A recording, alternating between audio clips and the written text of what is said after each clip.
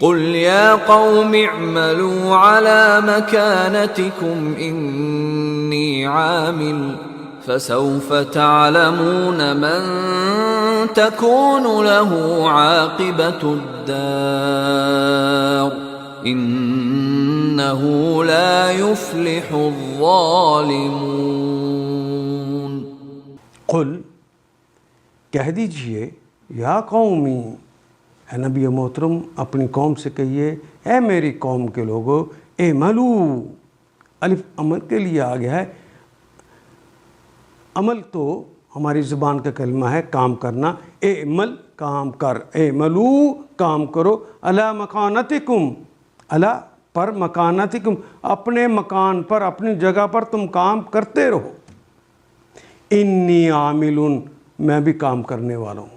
رسول نے کہیے کہ میری قوم کے لوگوں تم بھی کام کرتے رہو اور میں بھی کام کرتا رہتا ہوں۔ فسوف، پس سوف، فسوف، پس سوف کچھ وقت کے بعد کا تذکرہ کرنا ہو تو سوف آتا ہے، سین لگ جائے تو مستقبل قریب کی بات ہوتی ہے، سوف ہو تو مستقبل بعید کی بات ہو رہی ہے۔ فسوف یعنی ان قریب، قریب سے کچھ فاصلے پر، پہلے کچھ واقعات ہوں گے پھر وہ کام ہوگا۔ فسوف تعلمون، پھر تم جان جاؤ گے، من تکونو، من کون، تکونو کون ہے، لہو اس کے لیے، عاقبت الدار آخرت کا گھر کس کے لیے ہے۔ ان قریب تمہیں معلوم ہو جائے گا کہ انجام کار کس کے حق میں بہتر ہے۔ انہو لا یفلح الظالمون، انہو بے شک وہ، لا یفلح، لا نہیں، یفلح وہ نہیں فلاح پاتے، کون، الظالمون جو ظالم ہوتے ہیں وہ فلاح نہیں پاتے۔ بہرحال یہ حقیقت ہے کہ ظالم کبھی فلاح نہیں پاتے۔ تم سے جس چیز کا وعدہ کیا جا رہا ہے وہ یقیناً آنے والی ہے۔ تم خدا کو عاجز کرنے کی طاقت نہیں رکھتے۔ اے محمد صلی اللہ علیہ وسلم کہہ دیجئے کہ لوگو تم اپنی جگہ عمل کرتے رہو، تم نہیں مانتے تو ٹھیک ہے، لکم دینکم ولی دین، تم اپنا کام کرتے رہو۔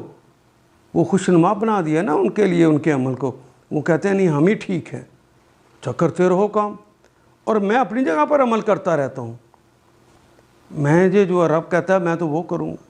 ان قریب تمہیں معلوم ہو جائے گا کہ انجام کار کس کے حق میں بہتر ہے۔ بہرحال حقیقت یہ ہے کہ ظالم کبھی فلاح نہیں پا سکتے۔